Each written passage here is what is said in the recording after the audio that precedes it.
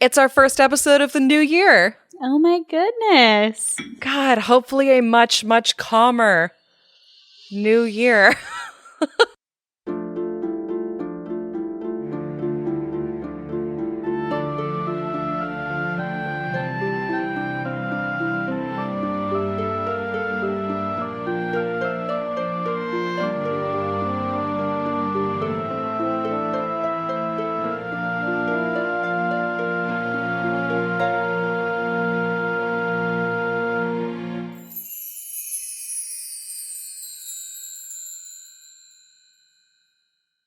Happy New Year, Abbie. Happy New Year, Kelsey. Oh my gosh. Happy 2021. Let's hope that this year is just buckets and buckets better than 2020 for all of us. Like, dreams for this year. We get a vaccine. It's distributed. I can hug you in person and not sad Zoom hugs over the phone. I can finally fly out to Baltimore like I was supposed to. Last year. Maybe we could even go to New York like we had planned. Oh my gosh. And we were also, I don't know if you remember, but we were also planning on like going to all of the crab restaurants in Baltimore. Like every single one. I had mapped out our crab restaurant route. Yeah. Because I didn't have any crab last time I came to Baltimore, and that was just sad. It was a missed opportunity. It was, because that's... I mean, we were very busy, but...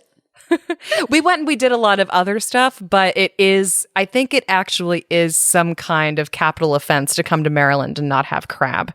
I know, right? I felt kind of bad about it. So I gotta make up for it and have just so much crab. When my parents came to visit me 2 summers ago, they came to visit me at work and they met my boss, and she asked like what we were planning to do while they were in town. And we hadn't really made any formal plans. And she was all like, you will eat crab and you will drink Natty Boh if you're going to visit Baltimore. These are the 2 Baltimore things that you could do. And I didn't do either of those. And you didn't do either of those things. So, in your defense, Natty Boh is a light beer like any other light beer. You know, we did go to the Guinness brewery. Yeah, so went to the Guinness brewery and had much better beer. I'm a big fan of Guinness. So, me too. Looks like you're actually drinking one right now. I am. I am having a Guinness Blonde while we record, brewed right here in Baltimore, and it is pretty delicious. Yeah, I was really surprised when we went to the Guinness brewery how many different types of beer they had.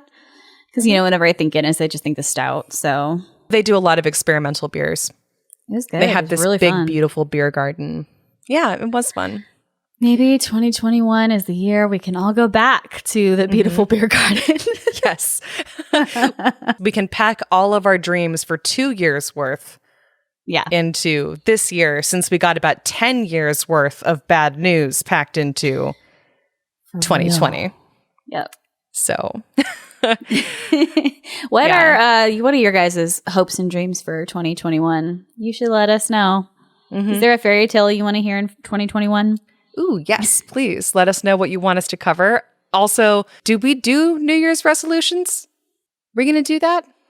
I don't. I want to hear what other people's are. Yeah. Let us know what your resolutions are. I don't have any because, I mean, I'm just kind of congratulating myself on surviving 2020. And if that's how you feel, you know, if you feel bad, you don't have resolutions, you shouldn't feel bad because 2020 was fucked up. Yeah. We're still stuck inside amid a global pandemic. So I feel like a good goal for 2021 is just continuing to make it. I do want to, it's not really a resolution, but I do want to get out more, just out of my house. And like in nature, not necessarily around people, but just getting fresh air and not lying on the couch being depressed.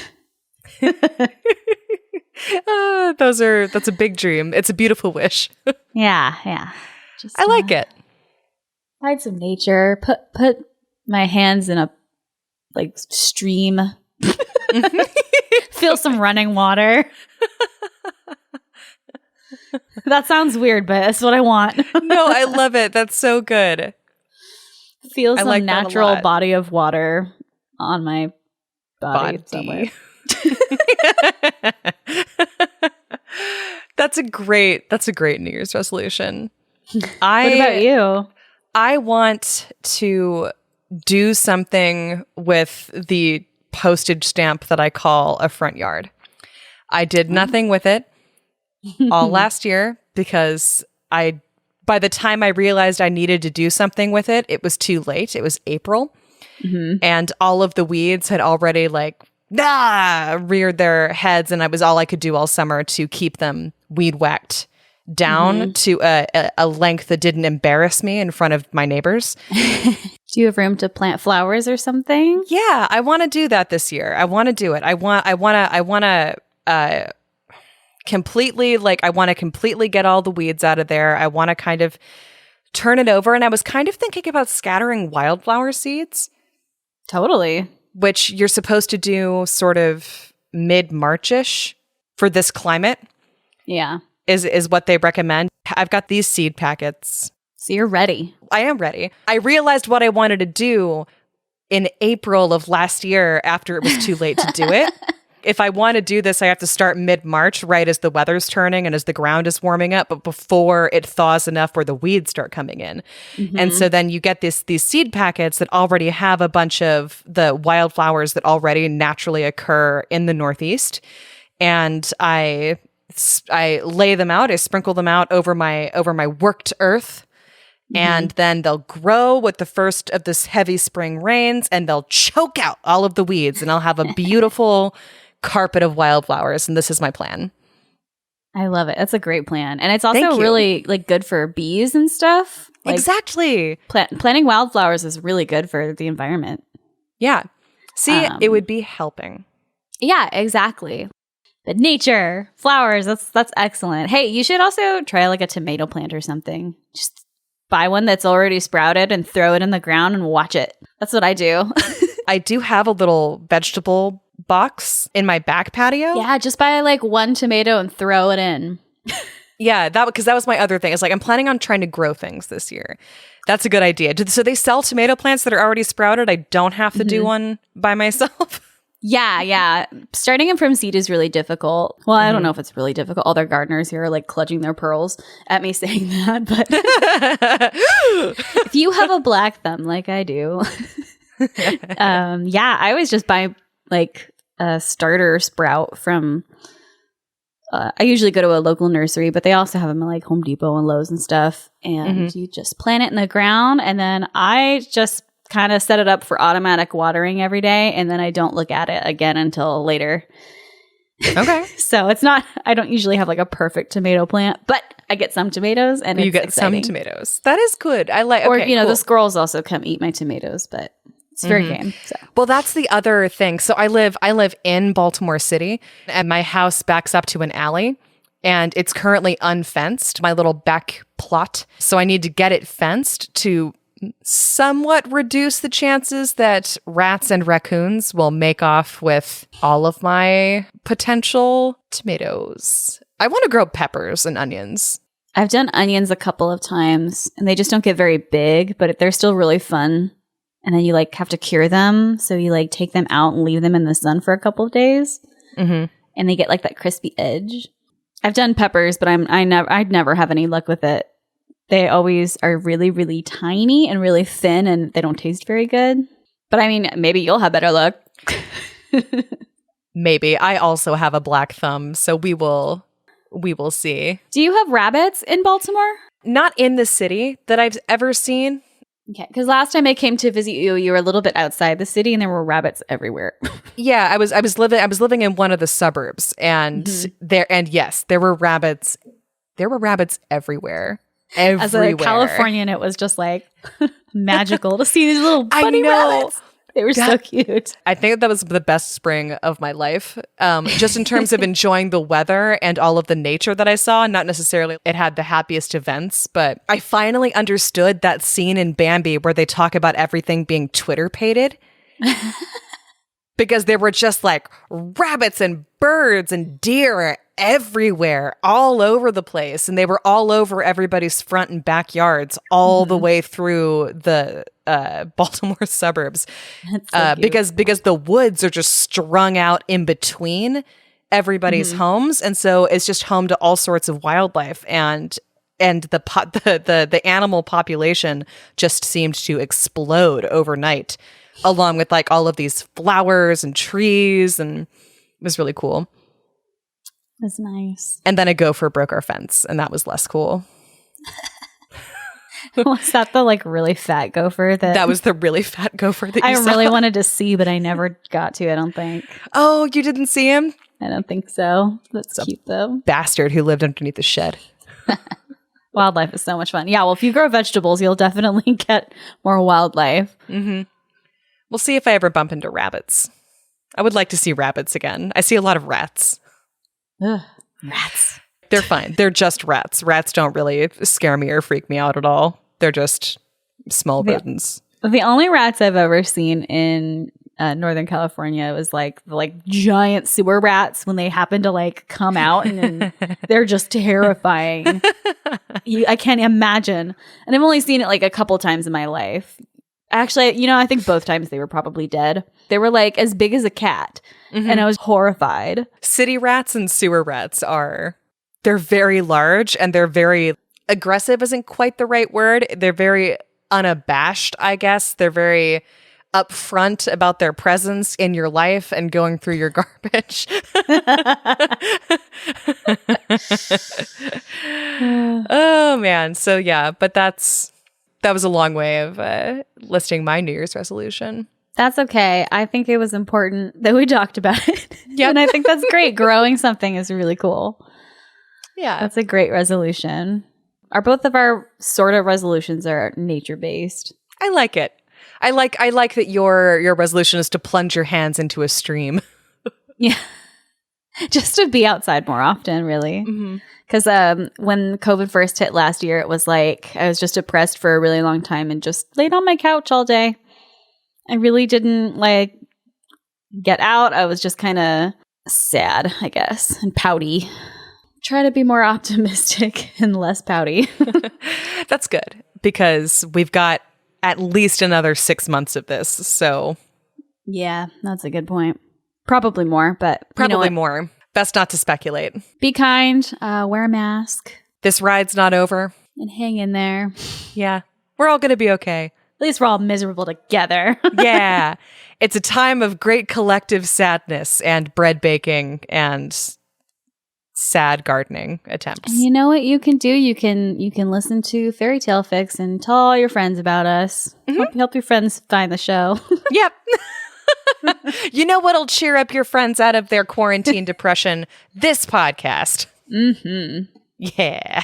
Two silly friends telling each other wild tales. Which, do you have a tale for me today? Speaking of which, so this is the first one that we're going to be reading out of the first edition book of the Brothers Grimm.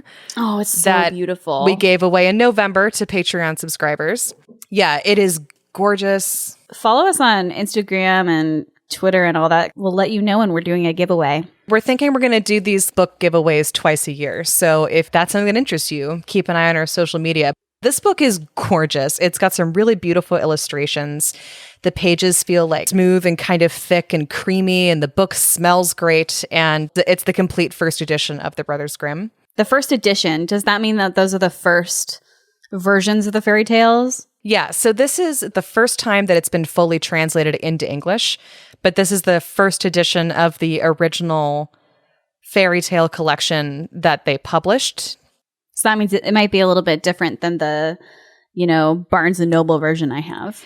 Yeah, these are the ones that were published before they cleaned them up a little bit for children. These books were the stories that were mostly told during long afternoons of weaving or some other tedious household task that German women would do, and these are the stories that they would tell each other to pass the time, for the most part. Wow, that's so cool. I'm so excited to read them side by side and see how they differ. For some of them, because most of the ones in here I had never heard of before. Oh, okay. So most of these didn't actually make it to our common cultural understanding. There's a lot of weird ones in here. And then there's also some that are kind of highly problematic that I will never, ever read on the podcast. If you won this book from us last November, enjoy, I guess. I don't know. I might end up reading one of them just to. I've read them, but when I say problematic, I mean there's some racist shit in here. Mm-hmm. That's definitely in there's a few in A Choice of Magic that they say some things and it's like, whoa, this is old and problematic. If I do read it, I will be cleaning a lot of it up in a way that the Brothers Grimm probably never would have thought about, but that's a different story. Anyway, so the story that I'm telling you today is called The Iron Stove. Okay. So give me your predictions for The Iron Stove. I already want to predict that it falls in love with a snowman. I mean, you can do that if you want to. Oh, that was such a good fairy tale. Yeah. I'm still not over it. I know. Iron Stove. Yeah, it's so good. The only hint that I feel compelled to give you, it is a longer one. Mm-hmm. So think epic. I'm going to predict that the Iron Stove has a king and a queen in it. I want to guess that the Iron Stove isn't a character, but it's an important piece of the story. I kind of want to predict that somebody's going to make a confession to the Iron Stove. Okay. Because I've seen that a lot in these fairy tales. That's happened in at least 2 Grimm's fairy tales that we've read so far. I don't think that's right, but I'm going to make the prediction anyway that somebody makes a confession to the Iron Stove. Okay. Ooh, or that somebody dies in it. There's so many options. And my last prediction is that somebody uses the Iron Stove to bake something. No, I don't like that. I like the confession one better. Me too. This is so hard. Okay, are those your 3 predictions? Yeah, sure. Let's do it. I want to hear this. They're a king and a queen. There's a king and a queen in it. Mm-hmm. The Iron Stove is not a character in and of itself. Correct. And someone confesses something to the Iron Stove. Yes. Okay. This one starts in one of my favorite ways, which is, in the days when wishing still helped. Before 2020? Before 2020, when wishing still got results of any kind. An old witch cast a spell over a prince so that he had to sit in a big iron stove in the forest. He spent many years there, and nobody was able to rescue him. One day, a princess got lost in that forest, like you do, and couldn't find her way back to her father's kingdom. And she wandered about the woods for 9 days and finally came to the iron stove. And as she stood in front of it, she heard a voice from inside that asked, "Where do you come from and where are you going?" God, is her name Cotton Eye Joe? Oh my God, that's why that sounded familiar. Where'd you come from? Where did you go? So I like how there's just a big giant iron stove in the woods. There's a big iron stove in the woods and a prince that a witch cursed just sitting in it. No context on the witch or the curse, just that, well, the prince got cursed. No reason, but don't worry about it. Will we find out why she cursed him? Don't worry about it. Okay. I love how the princess is just wandering through the woods. Like princesses are able to get lost in the woods because they go wandering in them unattended, I guess. They do constantly. Sounds fake. I don't believe it, but okay. Aren't we all just lost in the woods? Yes, okay, fine. This is a metaphorical forest. And it's but because she's lost stove to herself, but there is a literal iron stove there with a prince in it. The stove Cotton Eye Joes her and asks her where she's going and where she came from. And she's a little taken aback to be addressed by a stove, but she says that she lost the way to her father's kingdom and she's trying to get back home. And the stove says, "Hey, I'll help you get home again quickly if you promise to do what I ask. My father is a greater king than yours, and I want to marry you." Huh. And she's like, I don't know what I'm going to do with a stove for a husband, but sure. I thought he just lived in the stove. He's stuck inside the stove, but he can't leave the stove. Okay. This is a great curse. Yeah, I know. It's just kudos to this stove witch. And he can't leave it. I don't even know if she used magic. I think she just locked him inside a giant stove. She wasn't really a witch. I think it was just some lady. No, it was the witch from Hansel and Gretel. Maybe she was just practicing her craft and she had really refined it by the time Hansel and Gretel got to her. Yeah, she had to get rid of the stove because she got a prince caught in it and she couldn't get him out either. Yeah. And she said she couldn't, and he was too big to really get a good fire going. So she just couldn't eat this one. We haven't even finished the first page of the story. So I'm going to keep going. I'm so sorry. No, this is great. So she's thinking, dear Lord, what shall I do with an iron stove? But she really wants to go home. So she says yes. And so he gives her an escort to take her home. Again, I don't know from whence the escort comes, and the book does not explain. But apparently the iron stove is not unattended. The princess is, but the iron stove with the prince in it apparently has people that he can send with her to escort her home. Excellent. Yes. He wants her to come back with a knife and to scrape a hole in the iron of the stove to set him free. When she gets back, there's a great rejoicing. The king was really worried about her. He embraces her and kisses her, but he notices that she seems like really down about something. And she tells him that, so I was lost in the forest, came across an iron stove, and it helped me get home, but I did have to promise that I would marry it.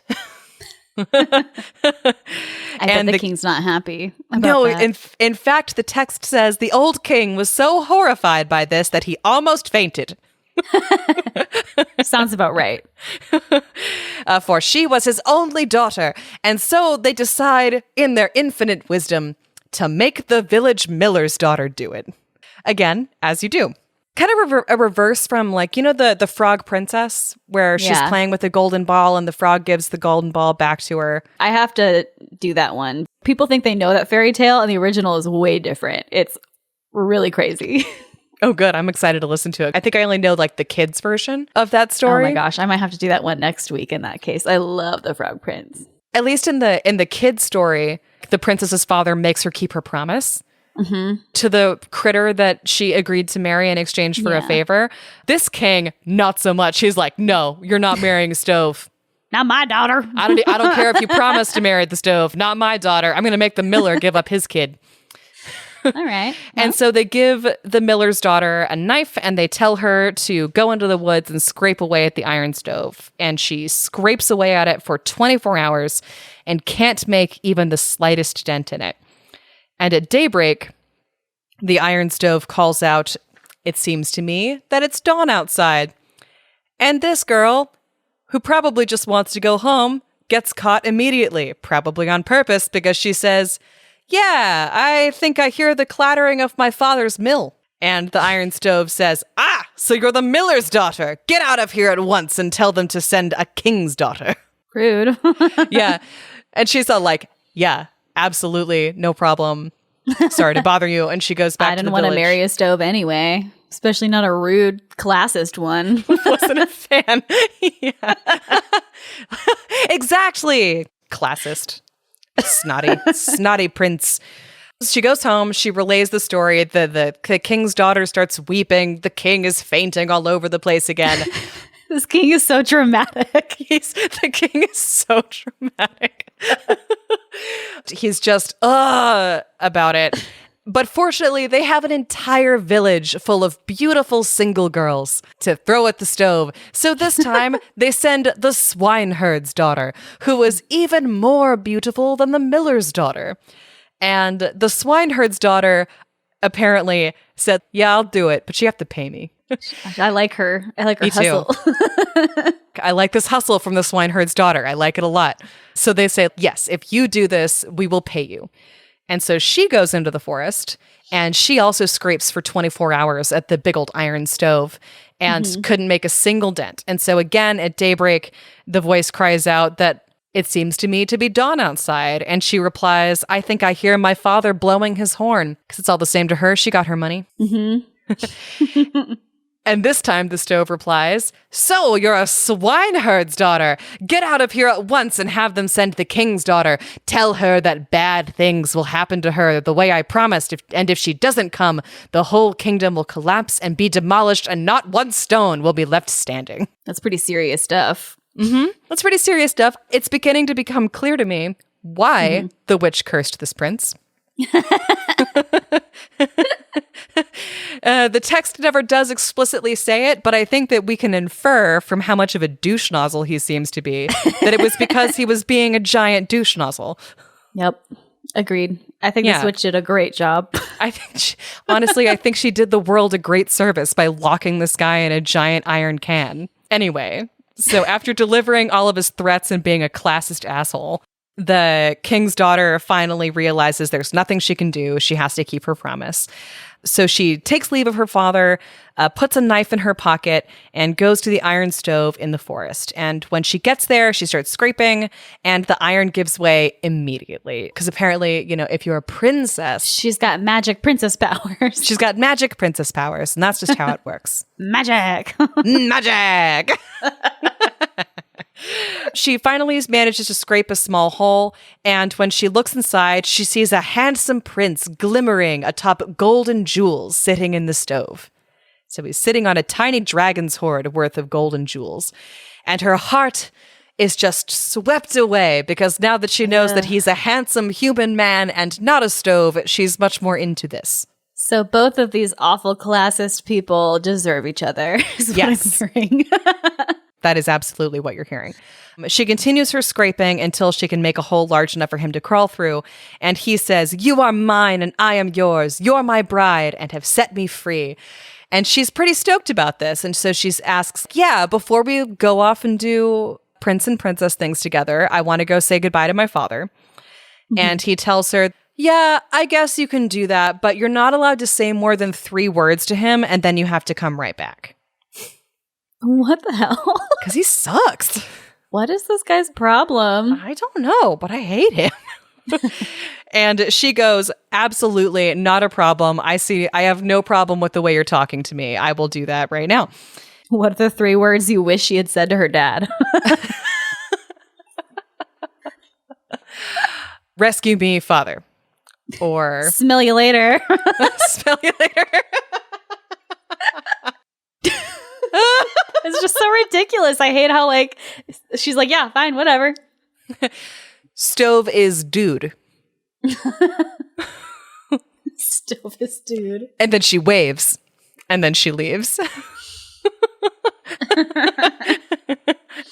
What does she actually say? She actually says a lot more than 3 words. Oh. Yep. She's a rule breaker. Yeah, she's a little rule breaker. I don't know, because she sucks too, so I think it's just that she's careless. It doesn't understand the rules of this fairy tale thing. And as soon as she says the 4th word, the stove vanishes immediately and was carried far away over glass mountains and sharp swords. With the prince in it? The prince is still in it, but he had been released, so he's not stuck in it anymore. Okay. Is what it says. So she doesn't know that any of this has happened. And so she says goodbye to her father, and she takes some money, and she goes back into the large forest to look for the iron stove, which is not to be found. And she wanders in the woods for 9 days. Another 9 days. Because she'd already been wandering in the woods for 9 days at the start of the story.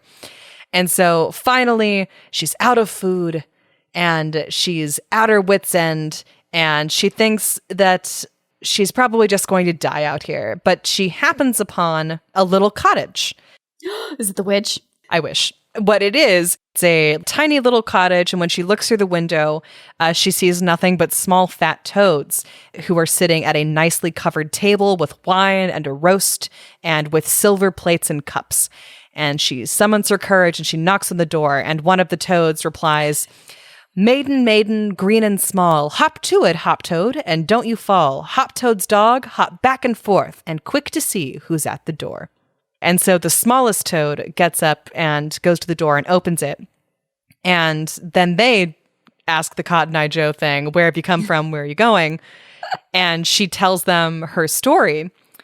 And the oldest toad says, maiden, maiden, green and small, hop to it, hop toad, and don't you fall. Hop toad's dog, hop back and forth, and do it sprightly, fetch me the box as quick as can be. You don't really find out what's in the box until the next morning, because they go and they get the box and they have their cute little rhymey session, and then they say, never you mind about the box, and they sit her down and feed her and then send her to bed. In the morning, they give her 3 needles from the box. And then they give her an additional 3 needles and 3 nuts. It just says nuts. I thought it was a specific kind of nut. It's not a specific kind of nut. They gave her 3 nuts and a plow wheel. Somehow she's supposed to carry all of this. I feel like I'm just staring at you. This is very... You are. This is very strange. This took a turn. I know. I wasn't expecting at all. That's why I told you this is a long one and it's full of nonsense. I'm still at the toads live in this cottage. Really? That's We're like 2 rhymes and 6 needles past that.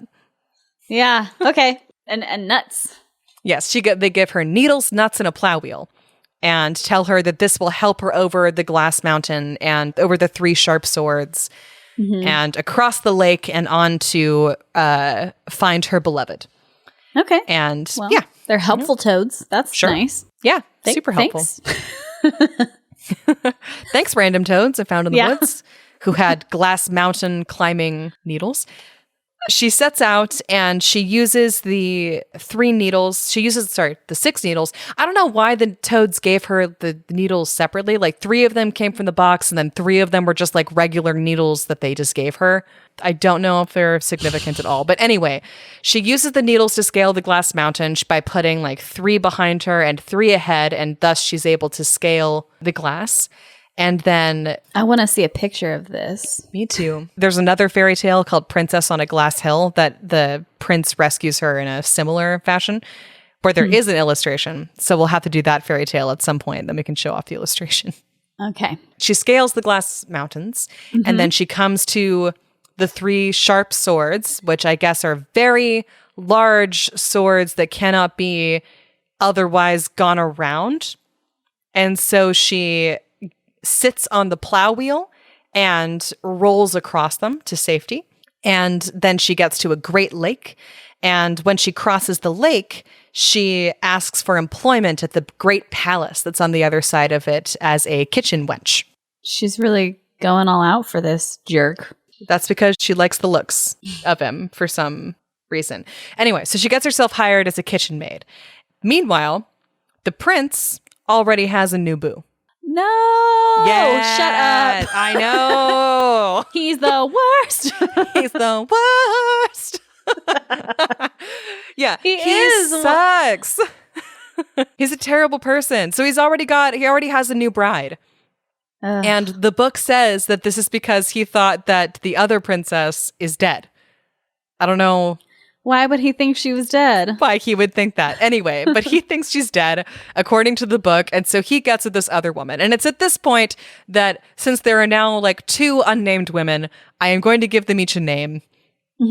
Because I'm over this. So the princess, the Princess A, the one that's coming over the glass mountain and across the sharp swords and across the lake, who's kind of sucks. That is Eleanor.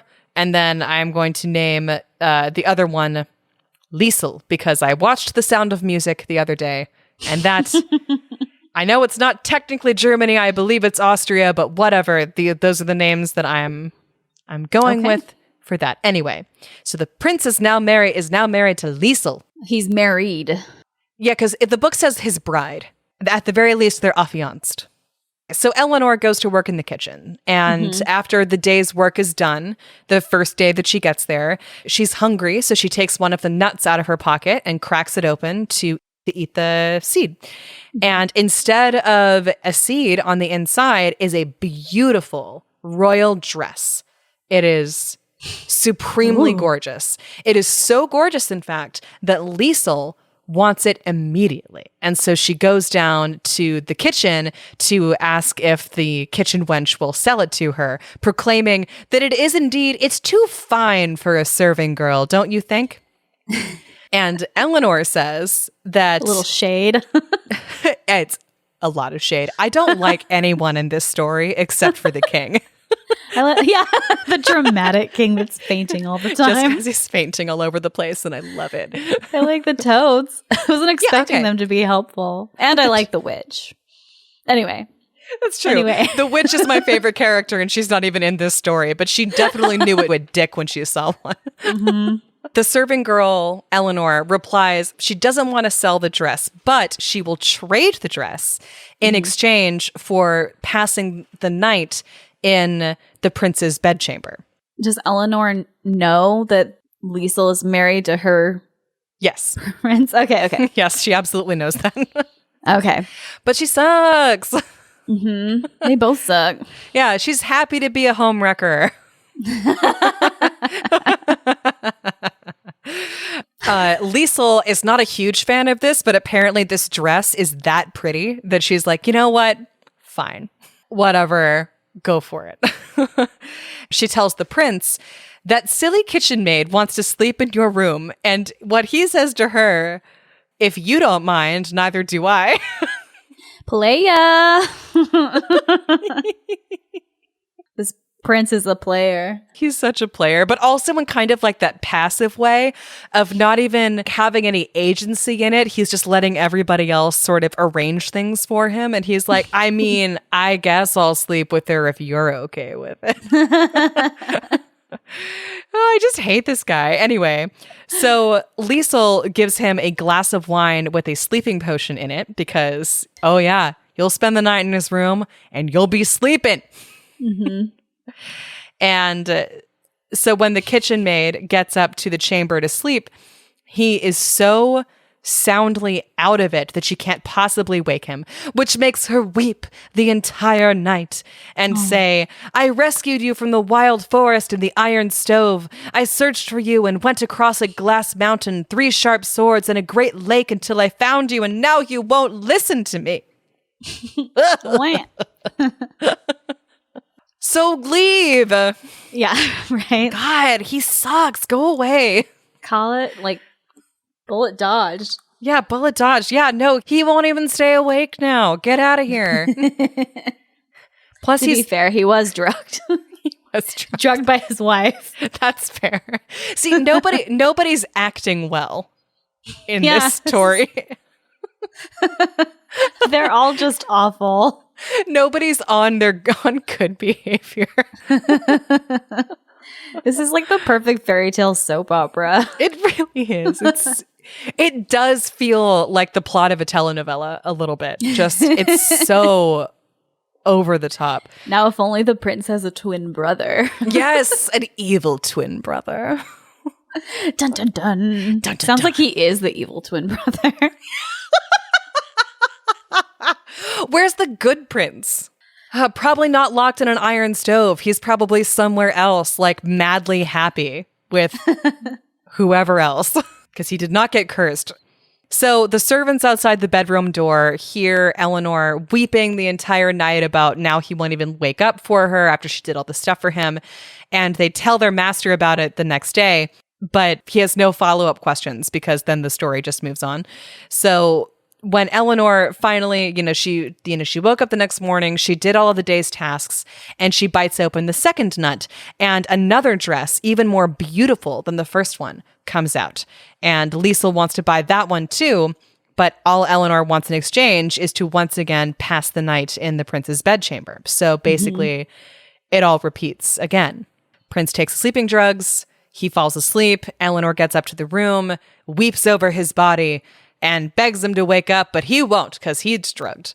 And the servants once again hear all of this going on, and so they tell the prince about it again the next morning. And this time, he thinks it's interesting for some reason. I guess he wasn't listening the first morning, but this morning... He doesn't sound like the type that would listen to servants. No. I think he finally was like, wait, what? I heard my name. You said my name? I what wasn't about how listening. handsome I am? You were talking about this woman last time, and I just had no interest at all. But you said I was handsome, so.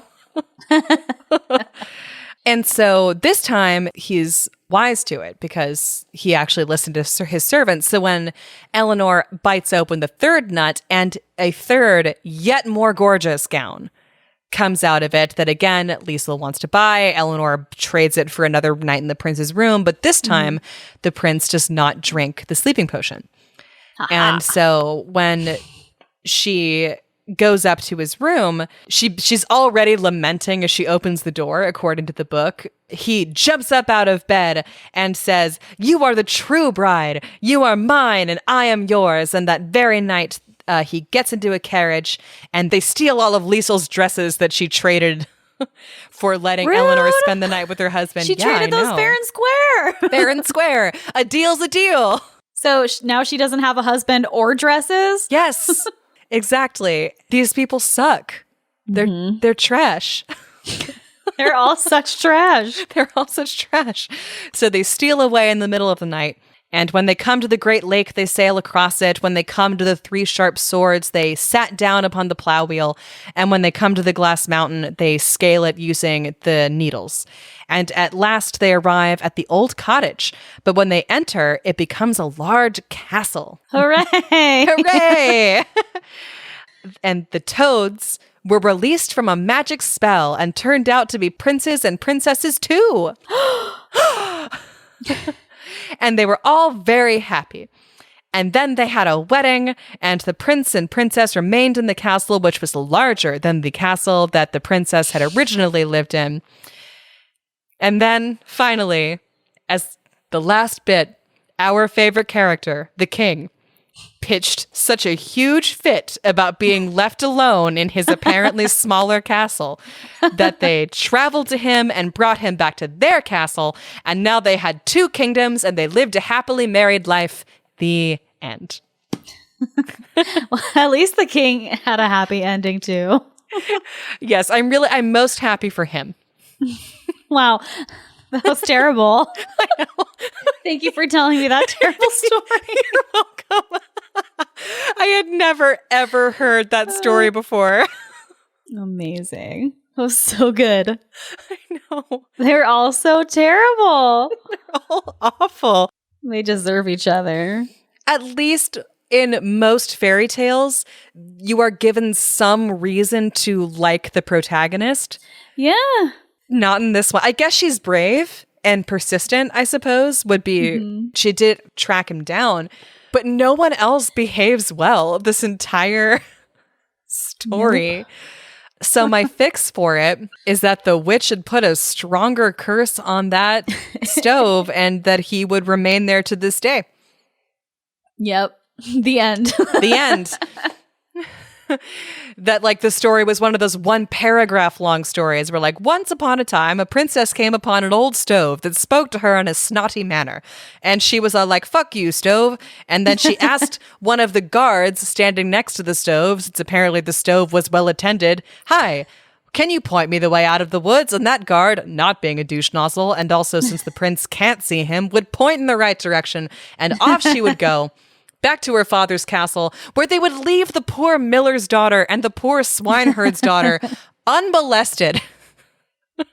At least the swineherd's daughter got some money. She did get some money. That's true. Go swineherd's daughter. Yeah. She's like making that dough and then bouncing. Getting out of here. That's my fix for this story. I like that fix very much. Thank you. I also want to know why the witch cursed him outside of just general extrapolation from the fact that he seems like a jerk. Mm-hmm. Yeah, he seems like, and also the fact that he would just marry a woman and then leave her because his ex came along. Yes. I mean, it sounds like they're both well, I mean, she was awful too because she was drugging her husband. Yeah, like she was drugging him and she was also trading nights with him for pretty clothes. Pimping out her husband for pretty dresses. I guess if both of you are into that, there are worse reasons. And then, yeah, she didn't even get the clothes in the end because her husband runs off with his ex.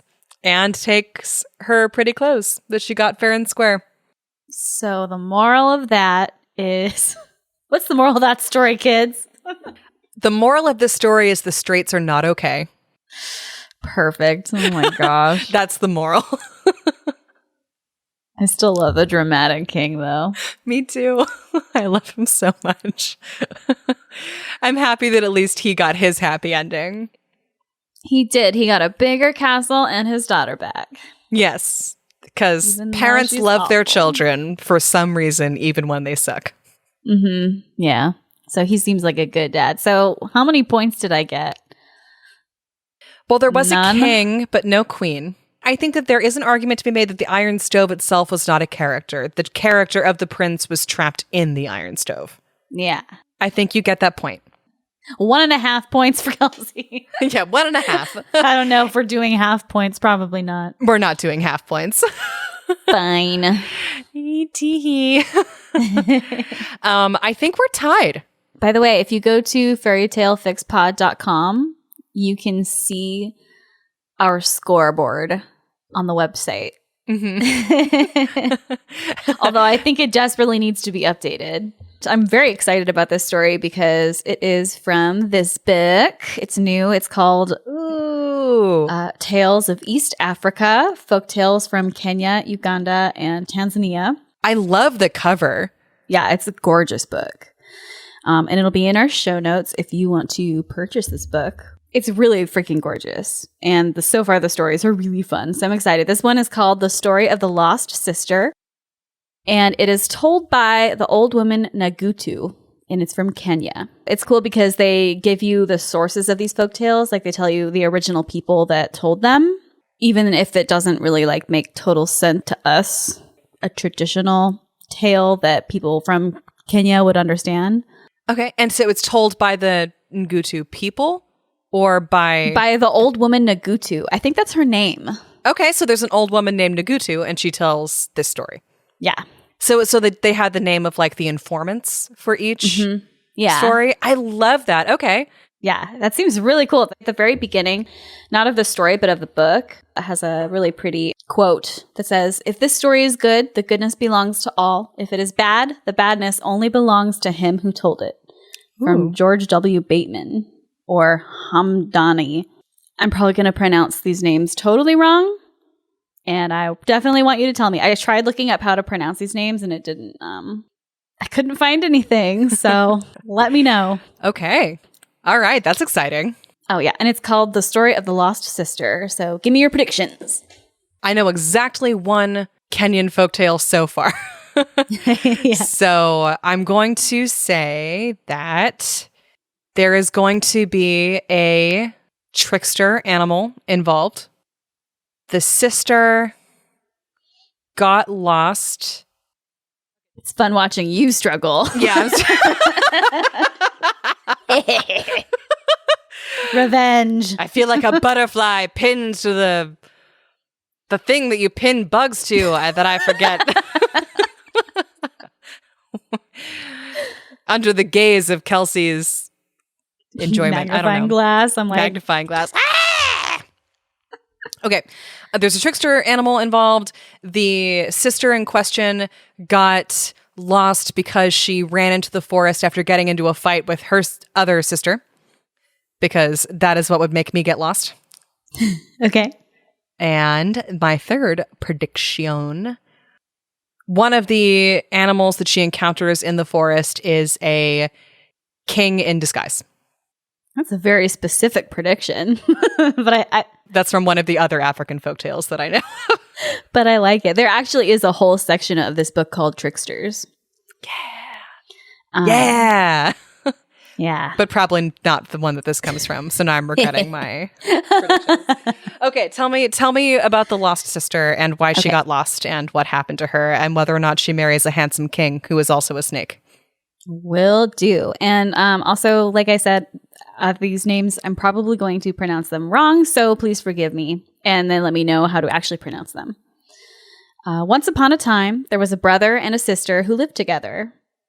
Their mother had died and left behind many goats, and the brother looked after the goats during the day, but in the evening, he left home to visit his many friends, and he was very beautiful. The sister was named Washara, and her brother, Wamwea.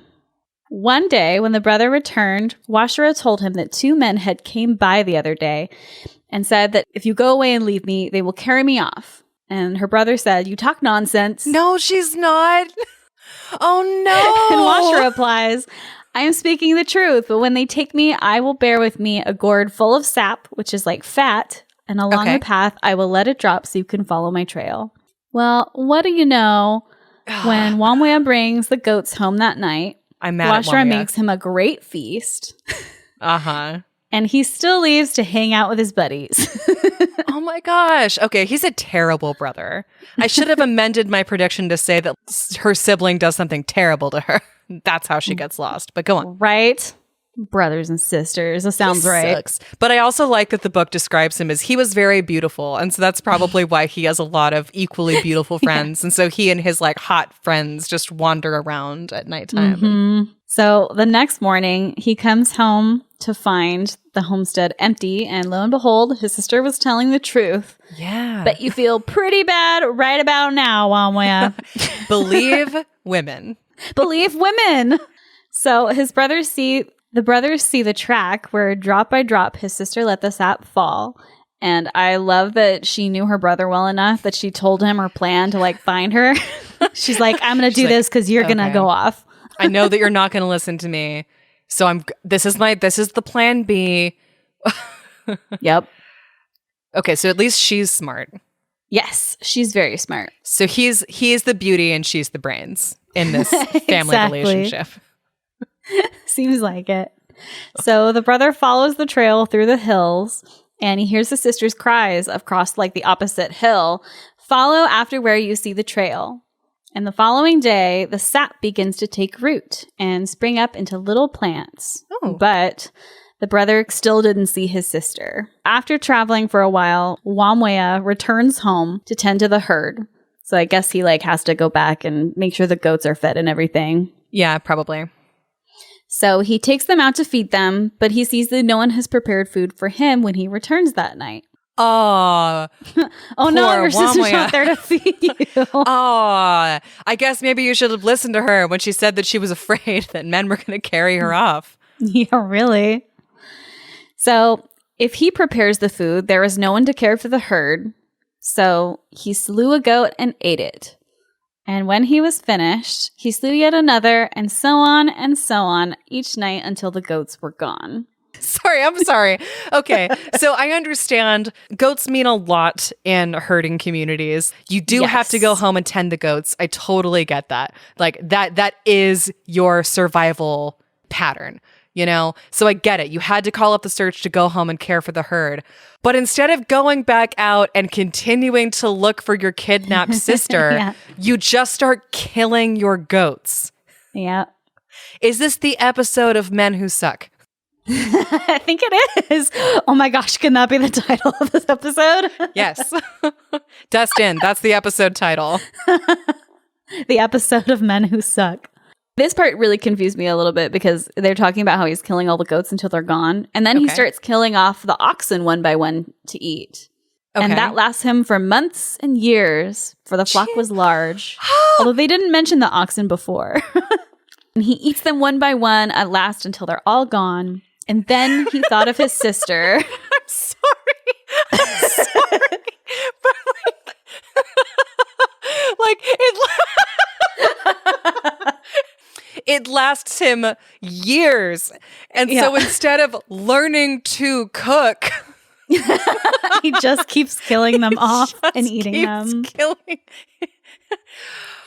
He's too busy partying it up with his hot friends at night to learn to cook, I guess. Okay, so after months and years, he finally remembered his sister. Continue. And I also wrote down, really, dude? Really? Now you're thinking about your sister. Well, I killed off all the oxen. What am I going to do now? I guess I'm going to starve to death. So by then, the plants that had sprung from the sap grew into tall trees, which marked the way his sister had gone. So the brother finally makes the long journey for 1.5 months, and at the end of the trail, he comes to a stream. I mean, she's dead now. This poor woman. By the stream, there are 2 children getting water, and Wamwea asks the youngest, give me some water. Well, he doesn't ask him. He just says, give me some water in your gourd. But the child refuses. Is he related to Fanny? I hope so.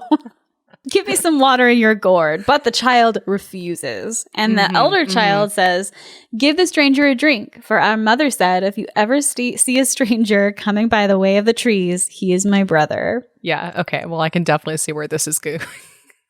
So this is like years later. It's been years. Like not just 1 year. She's got kids that can talk. And can like go fetch water by themselves. Oh, nice of you to make an appearance. I'm fine, by the way. She's moved on. She's got things going on. Okay, tell me what the things that she's got going on. So her kids and her brother go up to the homestead where Washara comes out. And he knew her at once, but she did not know him, for he was not dressed as before with ochre and fat. And I think it's ochre. Ochre? Is how you say it? He was like painted with ochre and fat. Yes, that must be it. So she doesn't recognize him. Plus, it's been literal years. She has 2 kids now. Oh, I forgot all about you because you were worthless to me. Yeah, I told you somebody was going to kidnap me and you did not listen. So he came into her hut and she gave him food, but not in a good vessel, but in a potsherd. And he slept in the hut, but on the floor, not on the bed. So the next day, Wamwea went out with the children to drive away the birds from the crops. And he threw a stone and would say, fly away, little bird, as Washara flew away and never came back anymore. And another bird would come, and the brother would throw another stone and say the same words again. And this happened the next day and the next for a whole month. Wait, what would he say? He would say, fly away, little bird, as Washara flew away and never came back anymore. So now he's blaming Washara for not coming home and... Oh, just wait. Like helping him get his shit together. Oh, just wait. It gets better. Oh my God. Okay, keep going. So the kids and some strangers notice this and they're, wondering, why does he say the name Washara? The children went to tell their mother and she came out and waited among the grass and listened to his words and said, surely this is my brother. She went back to the house and sent for a young man to fetch Wamwea to come for her. But when the young man did, her brother refused. I have dwelt in the abode of my sister, and she has given me no cup for my food, but a potsherd. What is a potsherd? So I just Googled it. We're learning together, guys. A broken piece of ceramic material, especially one found on an archaeological site. Okay. Oh, so she essentially gave him like some garbage to eat off of. Okay, so she gives him a broken plate and makes him sleep on the floor. I love it. It's what he deserves. Right? Okay, so he didn't bother listening to her in the first place, and now he's all mad that she didn't recognize him. He's so salty. But Washara doesn't recognize him, which makes me like, is this how you treat strangers? I mean, she let him into her house and fed him. That's true. She is giving him a lot of charity. Yeah, and she has kids. She's a nice lady. And she has a husband that kidnapped her. Does she? That's probably, I think it's the implication. I think that's a cultural thing, though. So, yeah. I also want to be sensitive to this story because it's definitely from a culture that is not mine. There are a lot of cultures that was definitely part of their culture at some point. Like but they still have symbolic kidnappings of the bride during weddings today. Yep. Which I think is really funny. Anyway, keep going. Washara then asks the young man to take 10 goats to bid her brother to come to her, but her brother still refused. So Washara said, take 10 oxen and give him to my brother, but Wamwea would not. So Washara sent 10 cows and again 10 cows, and still her brother refused. So salty. Also, she's rich. She has so many cows. Right? Washara tells her husband how she found her brother and how he would not be reconciled to her. Her husband is then like, send him more beasts to appease him. Like, her husband's all for it. So I actually don't hate him very much. He's like, yeah, just send him as many beasts as he needs. We've got plenty because we're loaded. Yeah, apparently. So after Wamwea had finally received 40 cows along with the goats and oxen that he'd already received, he finally relented and came to the house of his sister. His sister killed a goat, took the fat, and dressed him, put the fat on his shoulders, and said, "I did not know you, for you were not adorned as before." So after her brother had been reconciled to his sister, he decided that 8 wives should be given to him. So the husband of Washara... He decided 8 wives should just be given to him, did he? Yep, that's what he decided. So the husband of Washara bought 8 girls, some for 30 goats and some for 40. Other relations all came and built 8 huts for the wives near Washara. So the brother and his wives dwelt near the homestead of his sister. The end. Are you fucking kidding me? I thought it was so good. I love that story. I thought Wamwea sucks, but... Yeah. I don't like Wamwea. So I'm pretty sure the moral of this story is that anybody can be bought at the right price. Yeah. I'll take 40 oxen, cows, and goats, and plus 8 women. Then I will speak to you again. Like our husband's just like, yep, it's done. Absolutely. If he needs 10 more cows, they're bros now. Send them over. I like that they are reunited and end up living near each other. I think that's really sweet. I think, yeah, that is definitely cute. But he was so helpless without her. So was the beginning of the story more of like a, hey, brother? It wasn't so much that she was afraid. It was just like, hey, bro, like, I'm getting married tomorrow, which means I'm going to leave. Yeah. Come with me so you don't starve to You're death. helpless without me, but I know you're not going to be here, so I will leave you a trail so that when eventually you figure it out, you can find me. And she was smart enough to tell him about the trail and tell him, like, and use sap, the fact that it, like, grew into trees. She's so smart. Yeah. An eternal trail for her helpless brother to follow. And teach your kids, yeah, if some guy comes this way, it's my bro. It's my brother. Give him some water and bring him here. You know what? To be fair, from what I know about Wamwea, I think he needs 8 wives to take care of him. He's exactly that helpless. He needs 8 women working in tandem to keep him alive. I love that story. That story was so good and so full of twists and turns. I know. I was really excited when I was reading it. I was like, what's going to happen? Oh my goodness. I really enjoyed that. I was not expecting the ending, but I do like it. Like I really, I like the ending. I like that as usual, his sister is just like, okay, I'll give you 10 more goats. Will you talk to me now? I love her. That was, oh boy, wow. Okay, that story. So my fix. Yes, what is your fix? Outside of Wamwea learning to cook for himself. Yeah, I think really that Wamwea had so many friends. Maybe he could have gotten someone to watch after his herd while he went to go find his sister, or maybe his friends could have helped look. And then maybe he could have brought her back and she could have married the friend that watched over the herd, or like, yeah. But I don't know. I enjoyed it as is. It was pretty funny. It was still adorable and hilarious as is. But it's, if you've got so many friends, why can't one of them watch the herd while you go and like rescue your sister? Or yeah, I like your fix. Why don't like learn to cook? Learn to cook. Also, if he was traveling for a month and a half to find her, was he just not eating during that time? Maybe he made a bunch of jerky in the intervening like 7 years. Yeah. I mean, she had 2 kids. She had 2 kids that were like walking and talking and fetching water from the stream and rolling their eyes at their weird, dirty uncle who would finally come by. Like their weird uncle. I love that story. That was great. Thank you. Thank you for telling me that story. I'm excited to read more from this. Yeah, that was not from the Tricksters section of this book. That was from Lost and Found. I got nothing.